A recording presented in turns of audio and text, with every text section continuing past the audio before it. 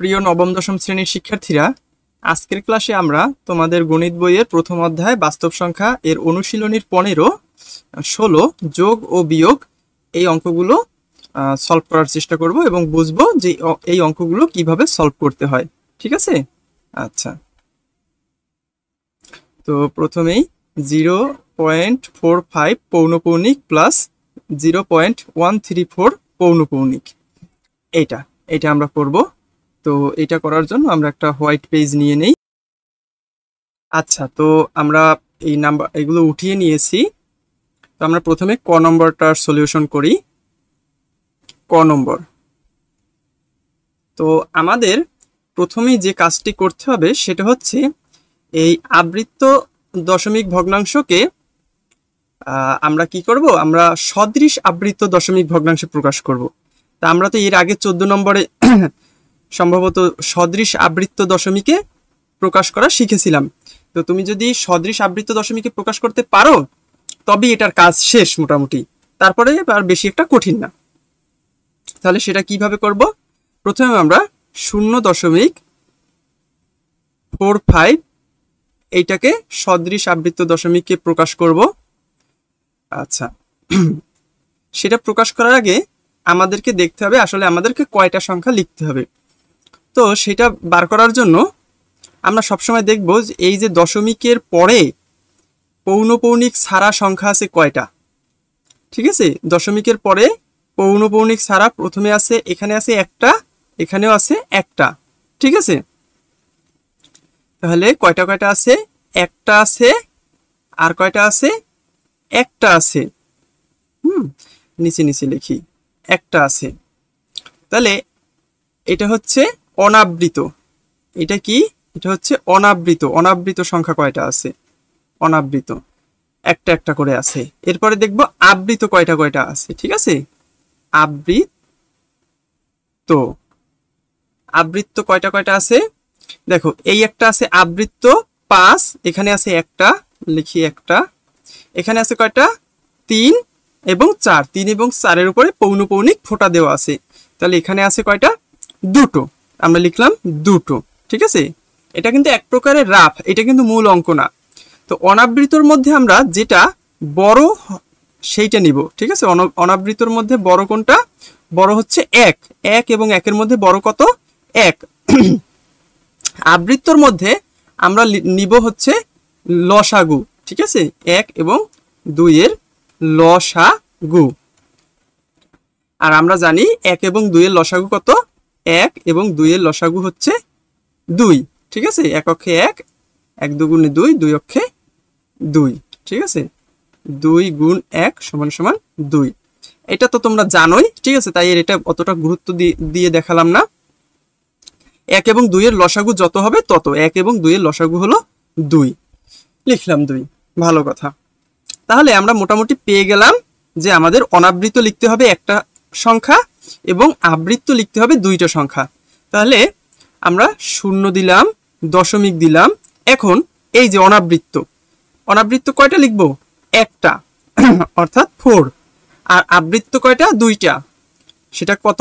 5। একটা তো পাইলাম, এখান থেকে 5 একটা আনলাম আবৃত্ত। এখন আর একটা কত হবে? তা আমরা জানি যে সংখ্যার উপরে পৌনঃপৌনিক থাকে এর মানে হচ্ছে সেই সংখ্যাটাই বারবার বসে যাবে, তাই তো? তো এখানে তো বারবার 5ই আসবে, তাহলে পরের সংখ্যাটাও হবে 5। ক্লিয়ার? আর মোট কয়টা সংখ্যা হবে দশমিকের পরে? মোট হবে 3টা। এই যে একটা যোগ 2টা সমান সমান 3টা। এর মধ্যে অনাবৃত হবে, অর্থাৎ যার উপরে পৌনঃপৌনিক নাই সেটা হবে একটা। এই যে অনাবৃত বলে দিছি একটা, আর আবৃত্ত মানে যার উপরে পৌনঃপৌনিক হবে সেটা হবে দুইটা সংখ্যা। সেটা কত? 5 এবং 5, এই দুইটা। বুঝা গেল? প্রিয় শিক্ষার্থী, আমাদের চ্যানেলের ভিডিওগুলো যদি তোমার পড়াশোনায় একটুও হেল্প করতে পারে তবে আমাদের চ্যানেলটি সাবস্ক্রাইব করে দিতে পারো। এই ভিডিওটি ভালো লাগলে একটি লাইক দিও। আমাদের ভিডিওর মাধ্যমে যদি তুমি পড়াশোনায় একটু উপকৃত হও তবেই আমরা সার্থক। এরপরে আমরা 0.134 0.134 এটাকে তোমার সদৃশ আবৃত্ততে প্রকাশ করার চেষ্টা করব, ঠিক আছে? তো এটার ক্ষেত্রেও একই বিষয় কাজ করবে। প্রথমে আমরা শূন্য লিখব, তারপরে দশমিক দিব, এরপরে আমরা দেখব যে অনাবৃত কয়টা লিখতে হবে, একটা। অনাবৃত কয়টা লিখতে হবে, একটা, সেটা কত, 1। আচ্ছা, আগে আমরা কাজ করি, এখানে টোটাল কয়টা লিখতে হবে, 1 যোগ 2, টোটাল 3টে সংখ্যা লিখতে হবে। তো এপাশে যেহেতু আমার 3টে সংখ্যা আছেই, তো আমরা এই 3টে সংখ্যা লিখে দিই, 1 3 4, ঠিক আছে? এই 3টে লিখলাম। এরপরে এখানে দেখব অনাবৃত কয়টা, অর্থাৎ পৌনঃপৌনিক চিহ্নটা নেই কয়টার উপরে, কয়টা সংখ্যার উপরে ফোঁটা হবে না, একটা সংখ্যার উপরে। অর্থাৎ এই যে 1, এই প্রথম সংখ্যাটা, এই একটা সংখ্যার উপর কোনো ফোঁটা আমরা দিব না, এবং ফোঁটা দিব কয়টার উপরে, 2টে সংখ্যার উপরে। 2টে সংখ্যা অর্থাৎ এইটা এবং এইটা, এই 2টার উপরে আমরা ফোঁটা দিব বা পৌনঃপৌনিক চিহ্ন দিব। বুঝতে পেরেছি? এইটুকু যদি আমরা বুঝে থাকি, এরপরে আসবে যোগ করার পালা, ঠিক আছে?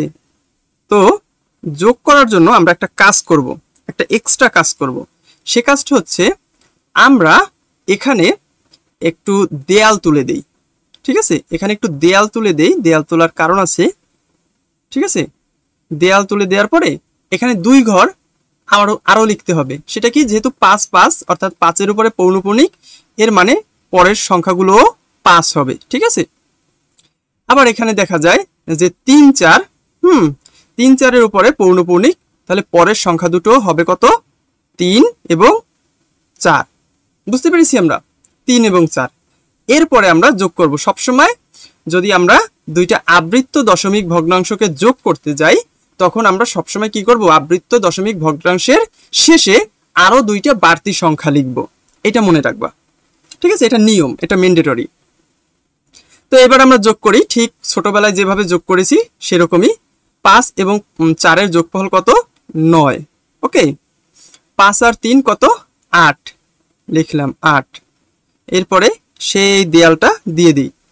এরপরে কত, 5 আর 4-এ হলো কত, 9, 5 আর 3-এ হলো 8, এবং 4 আর 1-এ হলো 5। দশমিক সোজা দশমিক নামাই দিব, 0 এবং 0 যোগ করলে হয় 0, পেলাম। এরপরে অতএব নির্ণেয় যোগফল আমরা লিখতে পারি, নির্ণেয় যোগফল, নির্ণেয় যোগফল হবে শুধুমাত্র দেয়ালের এই পাশে যারা আছে এরা, এ পাশের গুলো না কিন্তু, ঠিক আছে? নির্ণেয় যোগফল হবে 0.589, 589। বুঝতে পেরেছি? তো এখন তোমার মনে একটা কোশ্চেন থাকতে পারে, সেটা হচ্ছে স্যার, যদি এই যে 589 এইটুকুই লিখলাম, এই যে দেয়াল একটা খাড়া টান দিলাম, এটার যে বাঁ পাশেরটাই যে শুধুমাত্র লিখলাম, তাহলে ডান পাশের এই যে 55, এই 34, এদেরকে যোগ দিয়ে যে 89 নামাইলেন, এর দরকারটা ছিল কি? এটা তো না নামাইলেও হয়তো, তাই না? হ্যাঁ, উত্তর হচ্ছে এর একটা দরকার আছে। আর সেটা হলো, এইখানে যদি কোনো বড় সংখ্যা থাকতো, মনে করো 5 আর 3 তো 8 হয়েছে, 8 হয়েছে না? এখন এমন সংখ্যা আছে না যেটা যোগ করলে 10 বা 10-এর উপরে হয়ে যায়।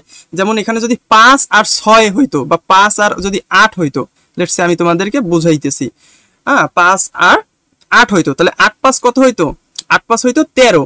এখানে নামাইতাম আমরা কত, এখানে নামাইতাম আমরা 13, 13-র 3 নামাইতাম, 3 নামাইতাম না, হাতে থাকতো আমাদের 1, সেই 1 কিন্তু এইখানে যোগ হইতো এই পাশের ঘরে, তখন কিন্তু অ্যান্সারটা চেঞ্জ হয়ে যেত। 5 আর 4 আর 9 হইতো না, তখন হইতো 5 আর 4 9, আর ওই যে হাতের 1 10, 10-এর হইতো এখানে 0। তো এই কারণে অঙ্কের নিয়ম এইটা, যে কখনো কখনো এমনও হইতে পারে যে ডান পাশের সংখ্যা দুটোর যোগফল 10 বা 10-এর বেশি হবে, এবং তখন হাতের 1 চলে আসবে, সেই 1 এপাশে যোগ হবে। যোগ হলে এই সংখ্যা দুইটার থেকে আরো 1 বেশি যোগ হলে এই সংখ্যা দুটোর মান কি হবে, চেঞ্জ হয়ে যাবে। ঠিক এই কারণে আমাদেরকে ডান পাশে আরো 2টা অতিরিক্ত সংখ্যা লিখতে হয়, ঠিক আছে? আমরা কি বুঝতে পেরেছি? তো আমি এগুলো একটু বাদ দিয়ে দেই, ঠিক আছে? ক্লিয়ার? তাহলে এটাই হচ্ছে অ্যান্সার। আচ্ছা, এরপরে আমরা 15 নম্বর যোগ করব, ঠিক আছে? তো 15 নম্বর কি বলছে, একটা কাজ করি, 15 নম্বরটাকে আমি একটু নিচের দিকে নিয়ে আসার চেষ্টা করি। ওকে, এইখানে ও আচ্ছা 15 নম্বর বলি কেন, এটা তো গ নম্বর। ওকে, সো গ নম্বরকে আমরা এখানে নিয়ে আসলাম। ক্লিয়ার? তো গ নম্বরকে এখানে নিয়ে আসলাম। সেই আগের মতো প্রত্যেকটা আবৃত্ত দশমিককে আমাদেরকে কি করতে হবে, সদৃশ আবৃত্ত দশমিকে প্রকাশ করতে হবে। তাহলে আমরা প্রথমেই লেখা শুরু করি। প্রথমটা হচ্ছে 0.006, 6-এর উপরে পৌনঃপুনিক। এরপরেরটা হচ্ছে 0.0.92, ওকে। এরপরটা হচ্ছে 0.134, 0.134। কার কার উপরে পৌনঃপুনিক আছে? 92-র উপরে পৌনঃপুনিক আছে এবং 134 1-এর উপরে আছে, 4-এর উপরে আছে, অর্থাৎ এই সবগুলোর উপরেই আছে, 134 সবগুলোর উপরেই আছে। এরপর আমরা সমান চিহ্ন দিব, সমান চিহ্ন দিলাম, ঠিক আছে, সবার সামনে সমান চিহ্ন দিলাম।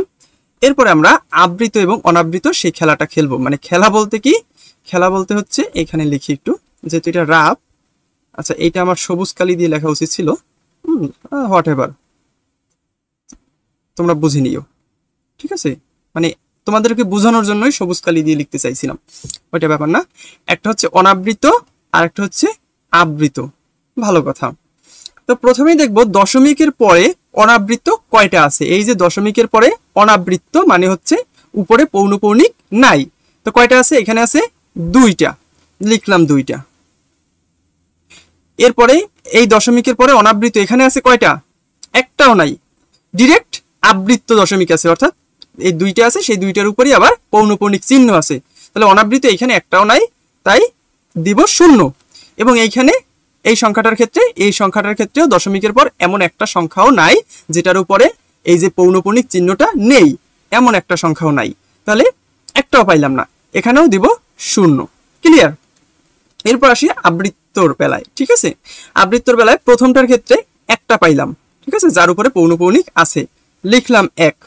এর পরেরটার বেলায় পাইলাম কয়টা? 2টা, ঠিক আছে, 9 আর 2, যে 2টার উপরে পৌনঃপুনিক আছে, লিখলাম 2। এর পরেরটায় পাইলাম কয়টা?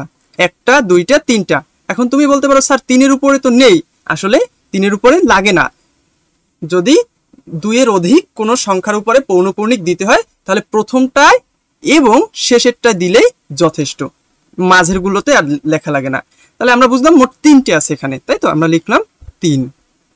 লেখার পরে এইবার কিন্তু এখানে 2টা জিনিস সেম হবে না, এই 2টা জিনিসের নিয়ম সেম না।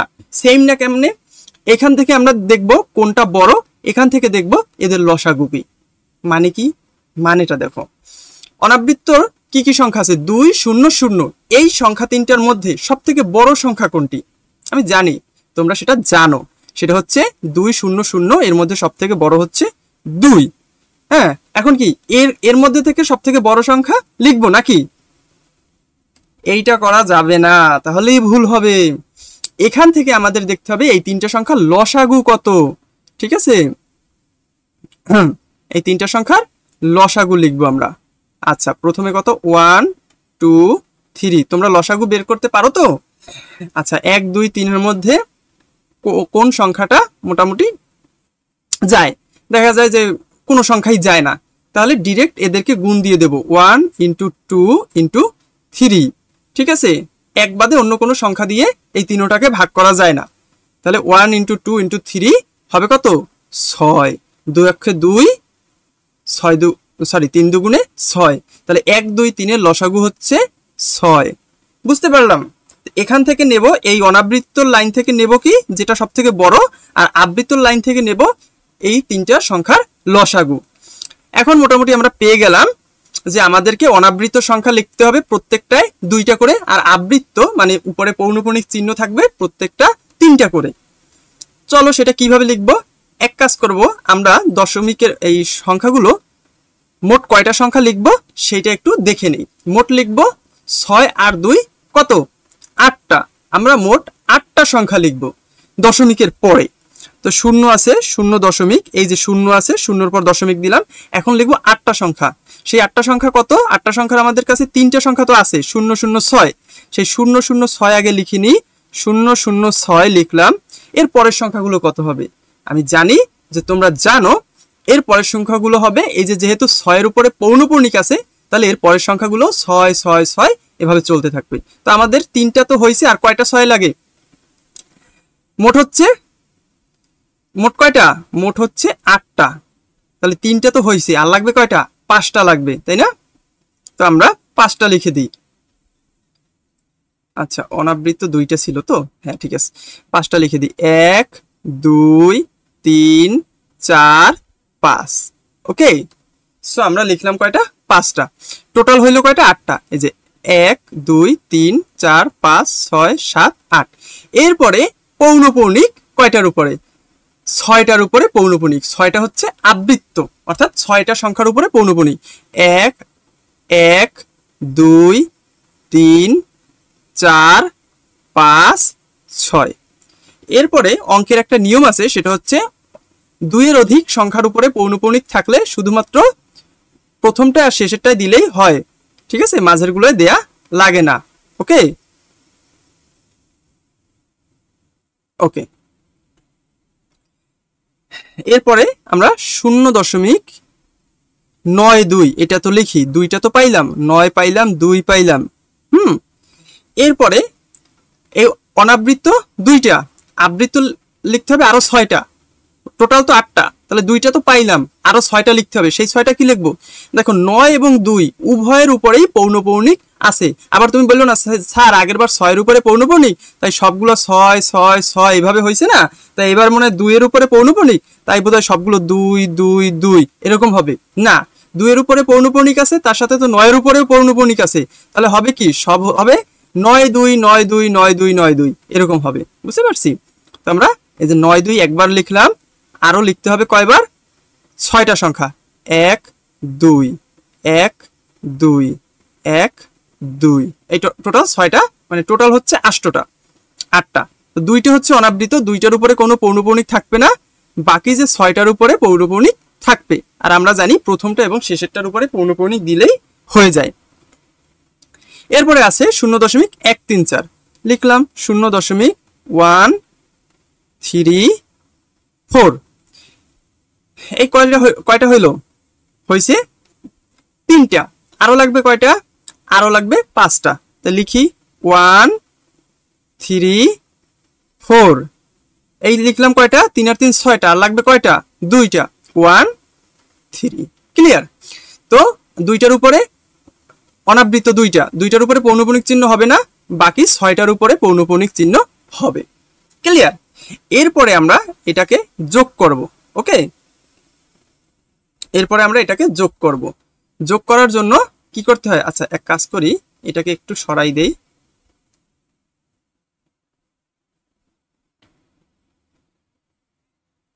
আমরা কেন সরাই দিচ্ছি বলো তো? ওই যে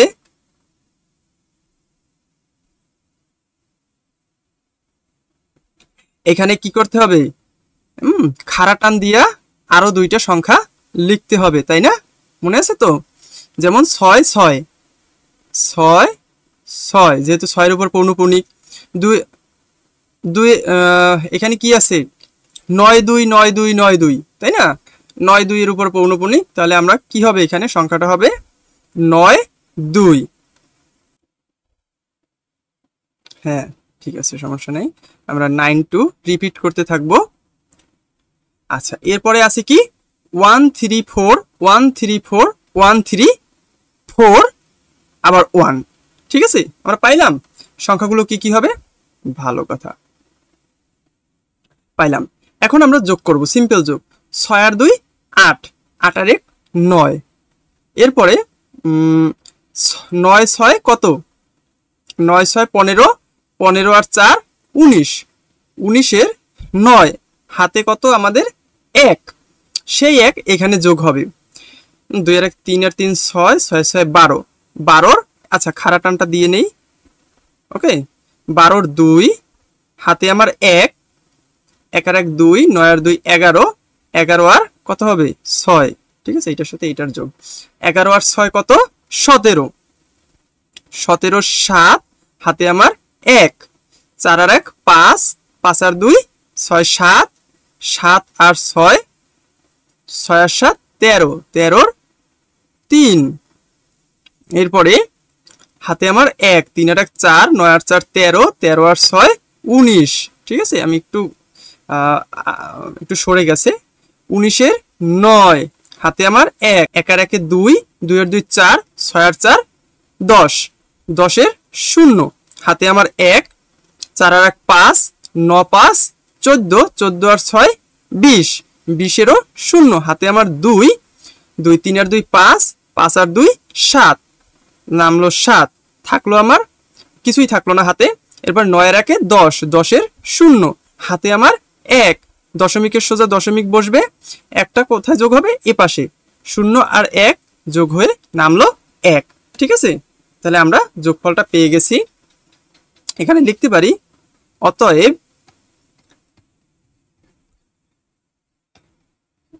নির্ণেয় যোগফল নির্ণেয় যোগফল কত? 1.0709372। ঠিক আছে, তো পৌনঃপুনিক কোথায় হবে? এখানে পৌনঃপুনিক সোজা পৌনঃপুনিক। ঠিক আছে, তার এই যে দেয়ালের এপাশের এদেরকে প্রয়োজন নেই, এটাই হচ্ছে আমাদের অ্যান্সার। ওকে, তো এই ক্লাস এ পর্যন্তই।